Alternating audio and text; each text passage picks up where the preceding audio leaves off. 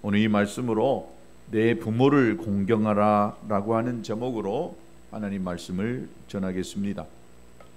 오늘은 어버이날이면서 교회에서는 어버이 주일로 지키는 주일입니다. 하나님께서 하나님의 백성들에게 어떻게 사는 것이 올바른 삶인가 또 신앙의 삶인가를 가르쳐 주시기 위하여서 가장 기본이 되는 10가지 계명을 주셨습니다. 그래서 이 10가지 계명만 가지고 우리가 잘 살아도 하나님이 기뻐하시는 그런 신앙생활을 할 수 있습니다. 근데 이 10가지 계명 중에 1계명부터 6계명까지는 하나님을 향한 계명입니다. 그래서 대신 계명이다라고도 이야기합니다. 그리고 나머지 6계명부터 10계명까지 4가지 계명은 사람을 향한 계명, 대인 계명인데 이 사람을 향한 이 계명 4가지 중에 첫 번째 되는 제 6번째 계명이 내 부모를 공경하라라고 하는 계명입니다. 그러니까 인간을 향한 첫 번째 도리가 부모를 공경하는 것이다라고 하는 것입니다. 다른 말로 해보면 다른 것 좀 잘한다고 해도 부모를 공경하지 않으면 나머지 다른 것들을 못하는 것이다라고 볼 수도 있고, 다른 것 좀 못해도 부모를 공경하는 이 일을 하면은 좀 못해도 그래도 잘하는 것이다라고 말할 수가 있습니다. 신약성경에도 에베소서 6장 2절과 3절에도 보면 내 아버지와 어머니를 공경하라, 이것이 약속 있는 첫 계명이다라고 있습니다. 그러면서 이는 바로 이 부모를 공경하는 이는 네가 잘되고 땅에서 장수하리라 라고 이렇게 말했습니다. 이 계명은 사람을 향한 첫 번째 계명이라 뿐만이 아니라 유일하게 계명 중에 축복이 약속된 계명입니다. 여러분 복을 받고 싶으시죠? 안 받고 싶으세요? 축복을 받고 싶으시다면 가장 먼저 해야 될 일이 바로 이 부모를 공경하는 일인 줄로 믿습니다. 유일하게 이 계명에만 축복의 약속이 있는 것입니다. 네가 잘 되고 땅에서 장수하리라 그랬습니다. 이 장수한단 말이 꼭 오래 사는 의미도 들어있지만은 거기에는 건강하게 사는 비결이 바로 부모 공경하면 네가 잘 되고 건강하게 장수하는 비결이다라고 축복의 약속을 해주셨습니다. 그럼 우리가 왜 부모를 공경해야 된 이유가 어디에 있느냐? 첫 번째는 바로 하나님의 명령이시기 때문에 부모를 공경해야 된다는 것입니다. 명령입니다. 이건 선택이 아니라 일방적으로 하나님이 우리에게 명령했기 때문에 그 명령은 지켜야만 하는 것입니다.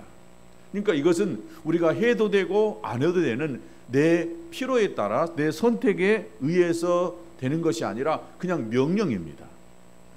이건 조건과 환경과 또 상황에 상관없이 그냥 그대로 행해야 되는 것입니다. 또 어떤 이유를 붙여가지고 이것을 피할 수 있는 것도 아닙니다. 그러므로 눈에 보이는 부모를 공경하지 못하면서 눈에 보이지 않는 하나님을 우리가 섬긴다, 하나님을 사랑한다 라고 하는 것은 위선이요 거짓입니다. 성경에서는 이 말세가 되면 여러 가지 죄악이 번성한다고 그랬습니다. 그 중에 부모를 거역하는 일이 있을 것이다 라고 지적을 하고 있습니다. 이 부모 공경하는 것이 굉장히 쉬운 것 같지만 어렵습니다.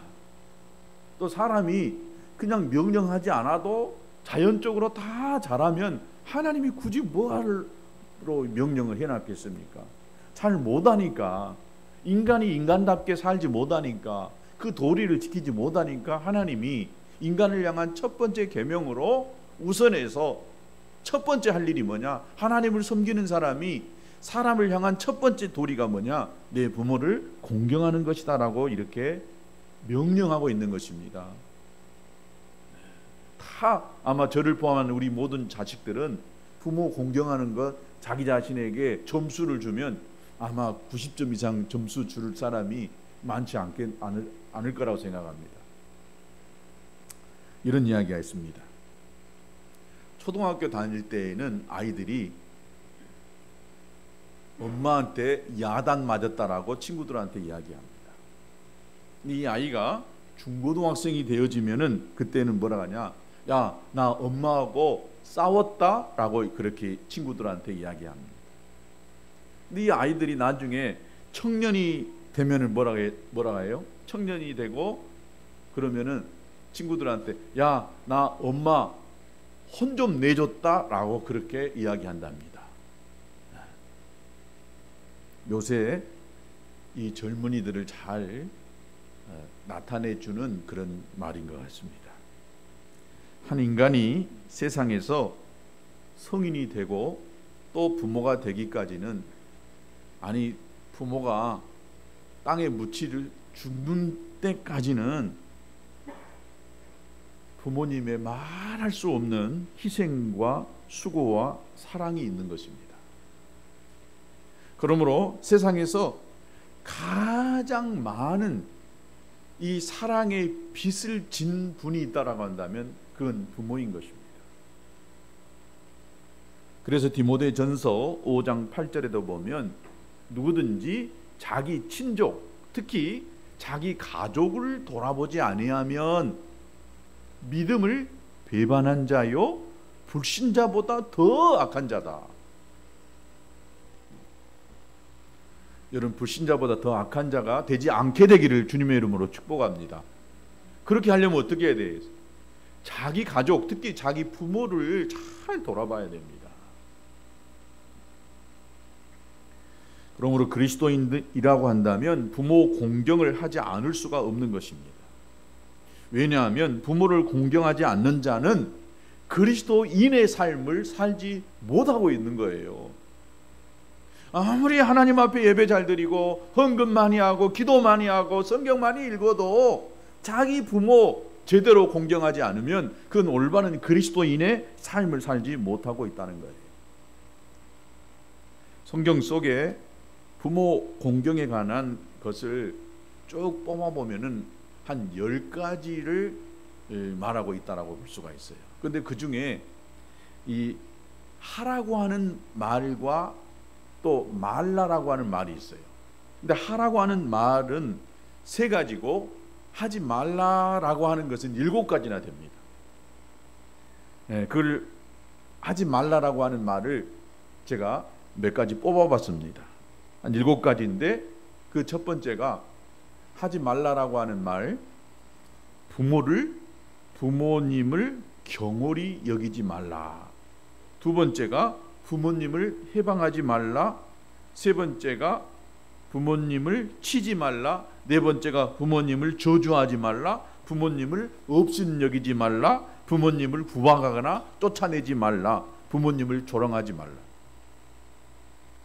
그러면 반대로 또 이야기해 보면은 분명히 부모님을 구박하는 자가 있다는 거예요. 부모님을 쫓아내는 자가 있다는 거예요. 또 부모님을 조롱하는 자도 있다는 거예요. 또 부모님을 업신여긴 자도 있다라고 하는 거예요. 근데 만약에 이러한 것들을 어겼을 때, 분명히 하나님이 하지 말라고 했는데 이러한 것을 어겼을 때에 어떻게 되느냐?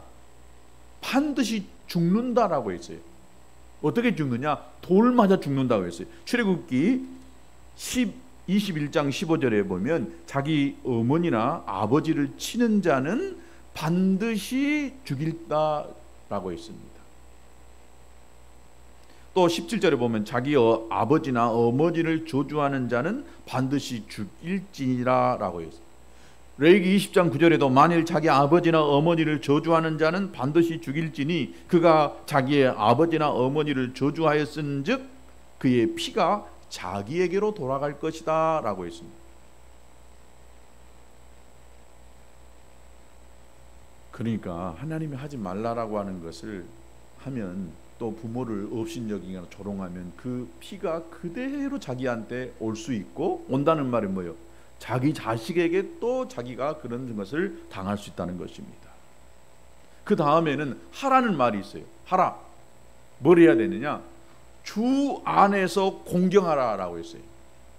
두 번째는 즐겁게 하며 기쁘게 해라.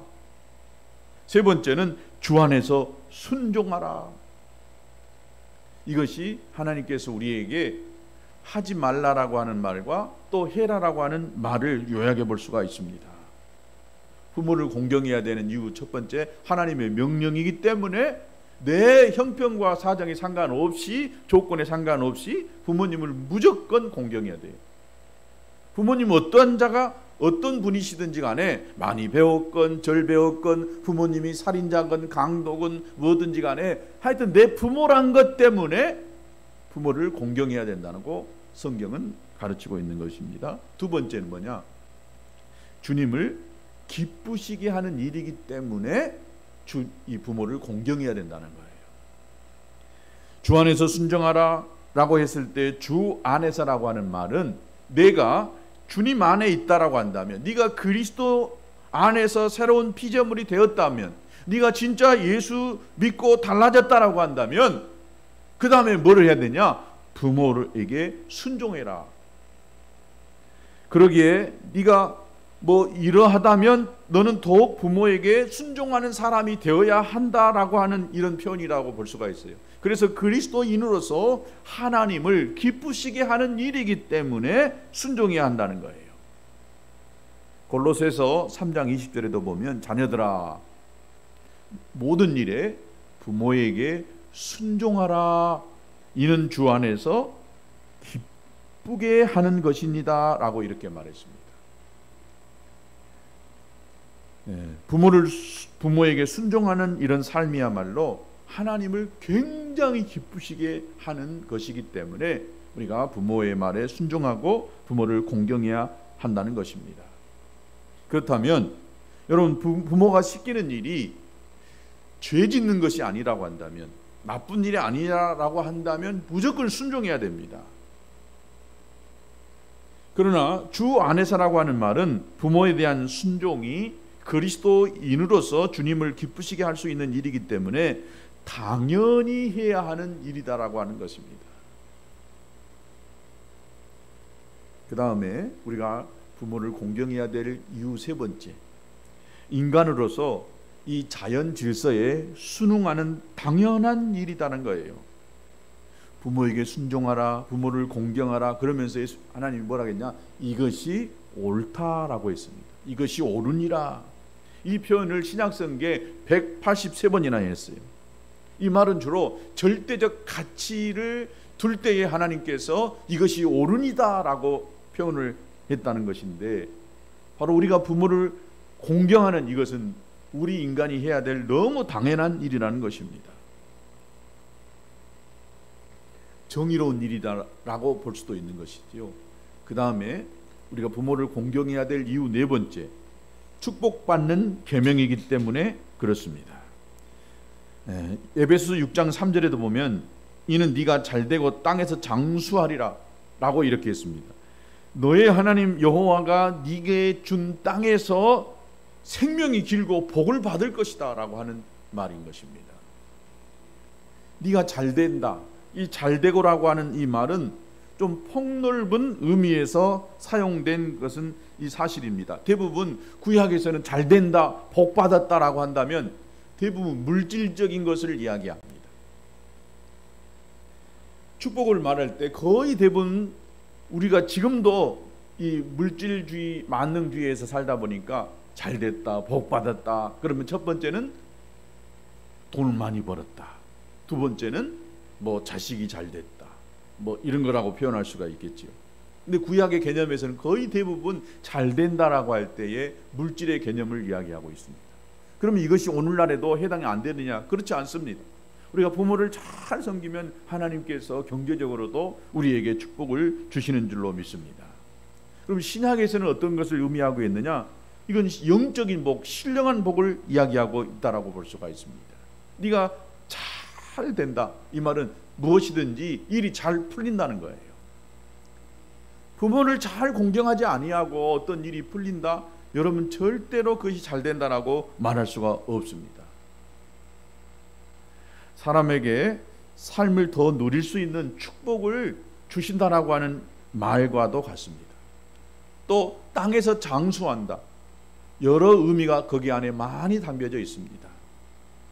견딜 수 있고 할 수 있는 힘을 하나님께서 건강을 주시고 물질도 허락해 주시는 줄로 믿습니다. 그 다음에 그러면 우리가 어떻게 부모를 공경해야 될까? 하나님의 명령이고 하나님을 기쁘시게 하는 것이고 하나님이 우리에게 복을 주시는 것이기 때문에 부모를 공경해야 되는데, 그럼 어떻게 하는 것이 진짜 부모를 공경하는 것이냐? 첫 번째, 어릴 때는 어떻게 해야 되느냐? 부모에게 순종하는 것이 부모를 공경하는 거예요. 아이들이 가장 부모에게 잘하는 것이 뭐예요? 부모 말 잘 듣는 것이잖아요. 어릴 때는 부모 말을 잘 안 들으려고 그래요. 그래서 어려서부터 부모에게 순종할지를 모르면 커서도 부모에게 절대 순종을 못하고 그 부모를 잘 공경하지를 못합니다. 그래서 에베소서 6장 1절에도 자녀들아 너희 부모를 주 안에서 순종하라, 이것이 옳다라고 했어요. 우상 숭배나 기타 죄 짓는 일 외에는 부모님께 무조건 순종해야 하는 것이고, 또 부모가 아이들에게 가장 먼저 가르쳐야 될 것이 뭐냐? 순종을 가르칠 수 있어야 돼요. 요즘 아이들은 뭐예요? 이야기하면 무조건 안 해, 못 해 라고 하는 것을 먼저 배웁니다. 엄마가 또 아빠가 아이들에게 이거 해라 그러면 예 알겠어요, 예 엄마, 예 엄마라고 하는 아이들이 몇 명이나 돼요. 엄마한테 거의 대부분 반말 치잖아요. 응? 알았어? 그래? 그렇게 할게? 친구한테 말하듯이 하는 거예요. 그런데 부모가 아이들에게 순종하는 법을 예 엄마, 예 아빠, 예 그렇게 할게요 라고 하는 이것을 먼저 가르칠 수 있어야 그 아이가 다른 여러 가지 것들도 잘할 수 있는 아이로 커지는 것입니다. 이 감리교를 창시한 존 웨슬리라고 하는 그 어머니 수잔나라고 하는 분이 계셨어요. 이분은 19남매를 키우면서도 아주 자녀를 훌륭하게 키운 분이셨습니다. 그분은 자녀들이 어려서 자기 고집을 꺾고 부모에게 순종하는 법을 가르쳐야 한다라고 했습니다. 제 멋대로 하게 내버려 두는 그 부모는 절대 그 부모가 부모로서 도리를 잘 못하고 있는 거예요. 그러니까 어려서 부모에게 순종하는 것만 가르치면 나중에 자연히 이 아이는 부모를 공경할 수 있어요.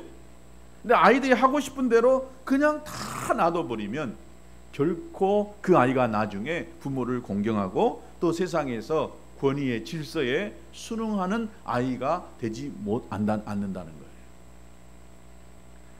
오늘날 세상이 무질서하고 또 살벌하고 죄악이 간영한 세상이 된 것은 자식을 하나 내지는 둘만 낳았을 뿐만이 아니라 그 자식이 하고 싶은 대로 그냥 그대로 놔둬버리니까 그 자녀들이 올바른 믿음의 삶을 살지 않을 뿐만 아니라 세상에서 사회에서 올바른 사람으로 성장해 가지 못하고 있다는 것입니다.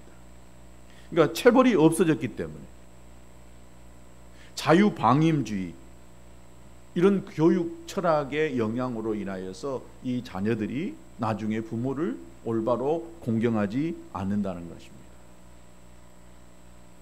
체벌은 반드시 필요하다고 저는 생각합니다. 두 번째, 부모를 어떻게 공경해야 되냐?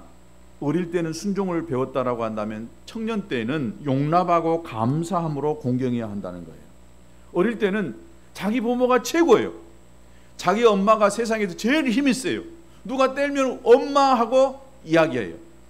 우리 엄마는 누구든지 다 싸워서 이길 수 있는 슈퍼 우먼이에요. 또 우리 엄마는 뭐든지 다 사줄 수 있는 그런 분으로 생각을 해요.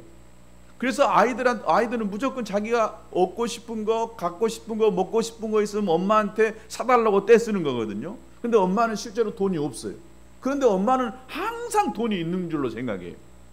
좀 아이가 크다 보면 우리 엄마는 돈이 없구나, 우리 아빠는 돈을 많이 못 벌구나 하는 이 생각이 들거든요. 근데 그 전까지는 하여튼 우리 엄마는 아빠는 뭐든지 사줄 수 있는 분이고 누구든지 해볼 수 있는 분이에요.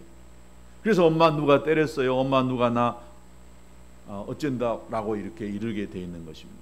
근데 이 청년 때가 되어지면은 그때 부모를 보게 됩니다. 부모가 어떤 부모인가가 이제 눈에 보이고 또 느끼게 되어져요. 또 부모 약점이 보이고 실수가 있어도 이것을 그대로 부모를 받아줄 수 있는 그 아이면 좋겠지만은 거기서부터 이제 틀어지는, 엇나가는 그런 아이들로 성장해 가는 것을 볼 수 있습니다. 청소년은 이제 자기 어떤 이 세계관이 형성되어지는 이런 상황이고, 또 꿈을 가지고 미래를 꿈꾸고 그 꿈을 이루어 가야 될 상황인데, 부모의 그 약점들이, 실수들이 보이면 그때부터 부모들에 대한 이 좋지 않는 감정들이 깊이 뿌리 내리게 됐다는 거예요. 그래서 이 청년 때, 또 이 청소년 때에는 부모를 용납하는 것을 이 아이들이 먼저 배울 수 있도록 해주는 것이 필요합니다. 이때부터 부모도요, 자녀들에게 자기 잘못을 인정하고 또 잘못한 것에 대해서 용서를 구할 수 있는 부모가 되어져야 이 아이들이 건강하게 잘 자랄 수 있다는 것입니다. 그렇지 않으면 나중에 반드시 자라서 그 아이들로부터 내가 되돌려 받을 수 있다고 하는 이런 이야기들이 있습니다. 아무리 부모가 지나친 것 같고 잘못한 것 같아도 여러분, 상처를 주어서는 안 되지요. 우리 부모가 이런 사람이다. 근데 제대로 어려서부터 이렇게 커가고 또 잘 가치관이 형성되어지는 이런 청년들은 부모를 용서하고 용납하게 됩니다. 잠언 23장 22절에도 너 낳은 아비에게 청종하고 내 늙은 어미를 경히 여기지 말라. 이제 힘이 생기거든요. 그러니까 엄마한테 함부로 이야기해요. 뭐라고 합니다.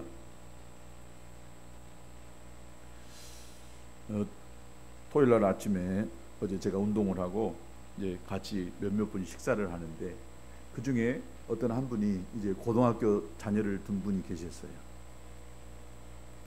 근데 자기는 그 아이에게 아빠인데도 엄마가 해야 될 일들을 아빠가 다 해주고, 항상 이 아이는 아빠를 자기는 좋아하고 무슨 일이 있으면 아빠를 찾은다고 그렇게 자부하고 있었어요. 그런데 전날 이 아빠가 아이한테 엄마 막 흉을 봤대요. 네가 엄마는 어쩌더라 막 이야기하니까 고등학교 1학년이 아들이 아버지한테 그렇게 이야기하더라고요. 아버지, 가정의 평화를 깨는 이야기는 그만하세요. 그러니까 제가 그랬죠. 교수님, 남자아이는 특별히 엄마 편입니다. 착각하지 마세요. 그 아이가 남자이거든요. 거의 대부분 아들들은요, 엄마 편이에요. 항상 자기만 좋아한다고. 엄마 찾는 것이 아니라 아빠를 찾는다고. 이제 더 있어 보세요. 아들은요, 엄마 편이니까 더 애로워질 것입니다. 제가 그런 이야기를 했습니다. 아이들이 커가면 다 분별이 되어집니다. 우리 엄마는 어떤 사람이다, 우리 아빠는 어떤 사람이다 라고 분별이 되어져요. 성인이 된 우리들은 어떻게 해야 되느냐, 엄마 아빠를 긍휼히 여길 수 있는 마음을 우리가 가져야 돼요. 우리는 다 이제 컸기 때문에 우리 부모가 어떤 사람인가, 어떤 약점이 있었는지, 과거에 어떤 삶을 살았는지요 너무나 잘 알고 있어요. 그럴 때 우리가 어떻게 해야 되느냐? 부모를요 용납해 줄 수 있는 그런 우리들이 돼야 됩니다. 긍휼히 여길 수 있는 그런 마음을 저와 여러분이 가질 수 있어야 되는 것입니다. 부모에게 죄가 있고 실수가 있고 결점이 있어도 용납해 주지 못하면 절대 부모를 공경할 수가 없는 것입니다. 그 다음에 여러분 성인이 되어져서는 부모를 인정하고 해야 될 것이 버리지 말아야 됩니다. 요즘은 그래도 요양원이 있어가지고 참 이 자식들이 거의 대부분 일을 하고 있기 때문에 부모가 치매나 왔다거나 아니면 자기 스스로 어떤 활동을 할 수 없을 때 거의 대부분 요양원을 많이 보냅니다. 근데 20, 30년 전만 해도 요양원이 그렇게 많이 있질 않았어요. 또 치매 걸리거나 또 몸을 움직이기 거동을 못하는 그런 부모들을 요양에 보낸다는 것이 큰 죄악시 불효하는 것처럼 생각이 되어졌어요. 그래서 다른 일도 다 중단하고 오로지 부모를 섬기는 그 일만 했던 그런 과거에 20, 30년 전에 일이 있었습니다. 그러니까 그걸 못하는 그 사람들은 어떻게 했느냐? 여러분 뉴스에서 들으셨을 거예요. 제주도에 부모님 모시고 갔다가 그냥 거기다가 버리고 오는 거예요. 쉽게 말하면 유기시켜 버리는 거예요. 또 해외여행 같이 모시고 갔다가 놔두고 그냥 돌아와 버려요. 지금이야 요양원이 있으니까 요양원에 갔다가 집어 넣는다라고 표현해야 되겠죠. 부모를 거기다 모시는 것이 아니라 집어 넣어놓고 1년에 한 번도 안 가고 그런 분들이 계세요. 부모를 모신다는 것이 쉬운 일이 아닙니다. 굉장히 어려운 것 같아요. 또 나이가 들면 부모들도 많이요 변합니다. 과거에 내가 어렸을 때 보았던 그 어머니 아버지가 아니에요. 나이 들면은 다 약해지고 또 판단력이 없어지고 그러다 보니까 어렸을 때 내가 봤던 그 부모님이 아니에요.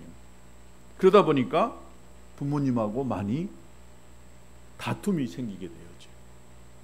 아, 우리 엄마가 저런 사람이었을까? 우리 아버지가 이런 사람이었을까? 또 같이 모시고 안 살아보면 절대 알 수가 없어요.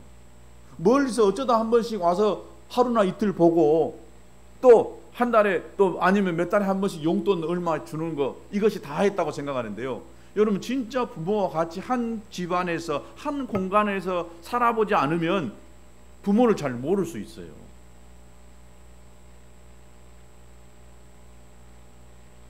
그래서 진짜 부모님을 업신여기거나 갖다 버리는 이런 일들을 절대 해서는 안 되는 거예요. 디모데전서 5장 4절에 만일 어떤 가부에게 자녀나 손자들이 있거든 저희로 먼저 자기 집에서 효를 행하여 부모에게 보답하기를 배우게 하라. 이것이 하나님 앞에 받으실 만한 것이다 라고 했습니다.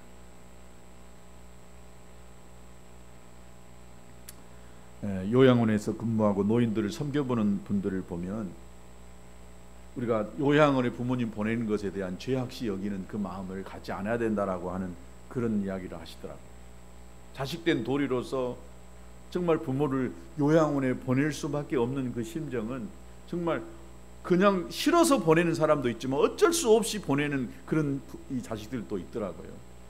그러나 그것을 다 우리가 불효자다라고 말하기는 참 어려운 이 세태 속에 우리가 살고 있는 것은 사실입니다. 그러나 우리가 마음만은 버린다는 그냥 거기다가 요양원에다가 보냈으니까 자식의 의무 도리 다 했다라고 생각하면 절대 안 된다는 거예요. 한 달 전에 제가 아는 목사님 아버님이 소천하셨어요. 장례식에 가서 봤더니 94살 먹은 아버지셨대요. 근데 아버지가 중국에 선교사로 계시다가 오신 그 목사님이셨는데 자기가 믿음을 가지고 나서 선교사가 되려고 할 때 부모들이 그렇게 반대를 하셨답니다. 근데 그때부터 이 선교사님이 그 부모님을 놓고 금식하고 철야하면서 매일같이 교회에 가서 철야 기도했답니다. 그리고 어머니가 먼저 예수 믿고 중국에 이제 선교사로 떠나셨는데, 떠나고 나서 얼마 안 있다가 벌써 오래 전인데 어머니에게 이 해외 전화가 왔어요. 어머니가 무슨 일이냐고 깜짝 놀랐더니 너가 아버지 예수 믿었다. 너무 기뻐가지고 아버지가 예수 믿었다는 것이 너무 좋았다는 거예요. 그리고 장례식에 가서 입간 예배하는 그 담임 목사님 설교를 들어보니까 그 아버지가 70 몇 세 때 교회에 나오셨는데, 교회에 나오시기 전에 성경 일독하고 교회를 나오셨대요. 교회에 가서 모르면 안 된다. 그래서 자기 아들이 그래도 선교사인데 결심을 하고 그때부터 성경 일독하고 일독 마치는 날 그때 교회 등록을 했답니다. 그러면서 그때부터 거의 20년 가까이 한 주도 안 빠지고 매주마다 감사한금 10,000원씩을 하고, 또 어느 정도 지나니까 이 노인이, 그때는 이미 80이 넘은 노인이었는데 매주마다 또 선교 헌금을 드리더래요. 자기 아들이 선교사라 그런지. 그 담임 목사님이 그렇게 이야기를 하셔요. 그래야 94살에 4살 때 이 소천하셨는데, 소천하시기 전에 참 불행스럽게 한 2, 3주 이렇게 요양원에서 보낼 수밖에 없었는데, 코로나가 한참이어가지고 그분을 코로나가 없는 그런 요양원이 없었다는 거예요. 거의 대부분 이 요양원이 다 코로나 환자가 있어가지고 가시면 코로나에 걸릴 줄 알면서도 보낼 수밖에 없었던, 그래서 참 안타까웠다라고 그렇게 이야기하시더라고요. 결국은 병원에 간지 며칠 만에 코로나로 사망하셨다라고 하는 말을 들었습니다. 그러면서 그 목사님이 그 요양원에 넣지 않을 수 없었던 그 마음을 거의 울먹으면서 이야기를 하시더라고요. 그래서 요양원에 보내신 거 절대 목사님이 잘못한 거 아니시다라고, 어쩔 수 없는 상황이니까 그렇게 보낼 수밖에 없었다는 것을 제가 위로해 준 적이 있습니다. 여러분, 가장 큰 효도가 뭘까? 부모님과 함께 하는 것이다 라고 이야기합니다. 부모님하고 마주 앉아서 밥 한 그릇 먹고 또 쳐다봐 주는 것이요, 부모가 진짜 좋아하는 것인 것 같아요. 저도 죄송하지만 점점요, 저도 나이를 먹어가니까 또 자식들이 다 가까이 없다 보니까 자식들이 대한 그리움이 좀 있더라고요. 그래서 온다고 하면요 굉장히 기뻐요. 좋아. 아, 부모들이 이런 거구나. 우리 부모도 이렇겠구나. 우리 장인어른이 나이가 좀 많이 드셨어요. 굉장히 건강하셔요. 지금도 뭐 가서 농사도 혼자 다 하고 그러세요. 근데 얼마 전에 제가 이 어버이날 며칠 전에 이제 미리 가서 같이 식사라도 한번 해야 되겠다, 모시고 이 근방에 좀 바람도 한번 쐬드려야 되는데 그럴 수 없어가지고 가서 식사하고 나오는데, 평상시는 그걸 안 하는데 그 대문 밖에 저 골목까지 나오셔가지고 막 하라고 손드는 그 모습이요, 짠하게 생각이 되더라고요. 아, 저분도 이제 나이 드셔가지고 가실 날이 얼마 안 남은 것 같구나. 그러니까요, 자식들이 왔다 가는 것에 대해서 굉장히 아쉬워하고 막 섭섭하고 그런 것 같아요. 그래서 진짜 큰 효도가 뭘까? 부모님과 함께 시간을 보내주는 거예요. 함께 밥 먹어주는 거예요. 진짜 더 큰 효도는 뭔지 아세요? 부모님하고 대화해 주는 거예요. 여러분, 대화가 쉬운 것 같죠? 자식이요, 나이 많이 드신 부모님하고 대화하는 거 진짜 어려워요. 저도 그런 것 같아요. 제가 우리 어머니 권사님하고 대화할 수 있는 시간은 딱 유일하게 수요일 날 예배 끝나고 차 운행하는 시간이에요. 거의 제가 죄송한 이야기지만 어머니가 목포에 살아도 평일날 가서 앉아서 같이 식사해 보거나, 교회에서 맨날 보니까 굳이 뭐 가서 근데 참 제가 잘 못하고 있더라. 근데 대화를 하다 보면 대화가 잘 안 될 때가 참 많아요. 그 대화를 하다 보면 또 제가 목사이다 보니까요, 권사님을 가르쳐요. 아니 그렇게 제 설교 은혜 받아가지고 또 그런 소리 하시냐고. 좋은 소리, 은혜스러운 소리를 하셔야지. 근데 부모는, 엄마는요, 말하고 싶은 거예요. 그러는 것 같아요. 제가 부모가 되고 자식들이 멀리 있다 보니까 부모는 자식들하고 대화하고 시간을 보내고 싶어 하는 것 같아요. 쉬운 일이 아니에요. 같이 앉아서 대화 하루 종일 여러분 부모하고 해보세요. 못해요. 말 몇 마디 하면 금방 싸워요. 야, 무엇이 그러냐고 어쩌냐고 막 싸워요.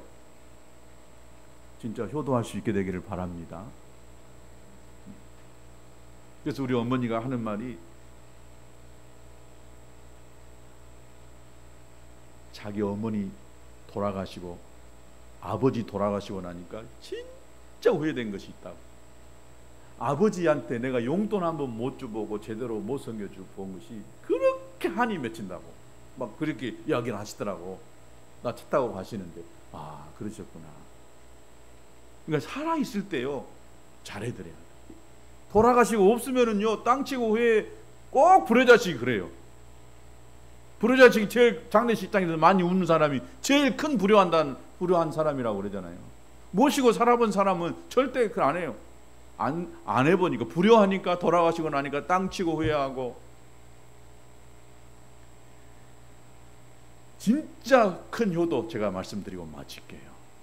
함께 해주고 대화해주고 또 그 다음에 용돈 주는 거, 이것도 참 중요한 일입니다. 더 중요한 것이 뭔지 아요? 부모님의 영혼이 천국 가게 하는 것입니다. 여러분의 부모가 아직 예수님 믿지 못하고 있다라고 한다면요, 어떻게 해서든지 그 부모님들이 예수 믿고 천국 갈 수 있도록 해야 돼요. 이게 가장 큰 효도인 줄로 믿습니다.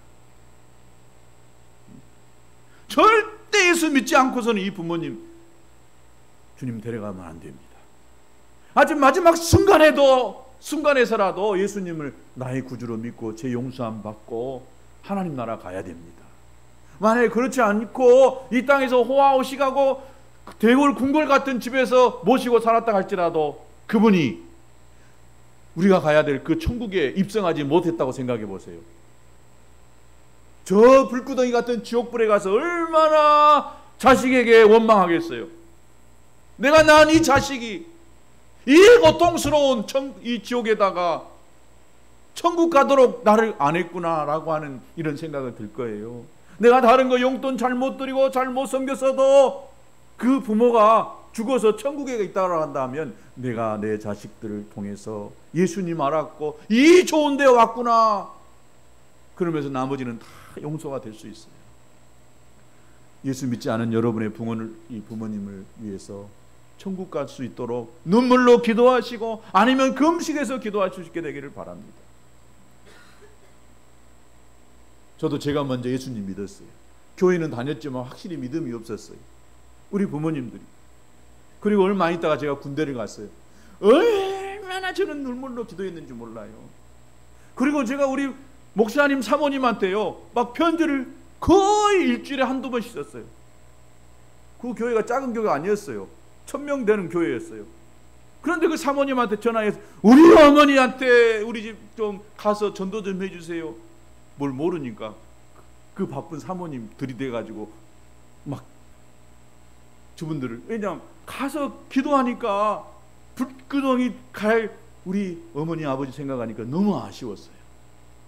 결국 우리 아버지도요 돌아가시기 전에 예수님을 구주로 믿고 돌아가셨어요. 내 기도 때문에 그런 것 같더라고요. 기도해야 됩니다. 어머니 아버지 영혼 천국 갈 수 있도록 기도해야 돼요. 눈물로 기도하고 금식하며 기도해야 돼요. 이게 가장 큰 효도인 줄로 믿습니다. 부모 공경에서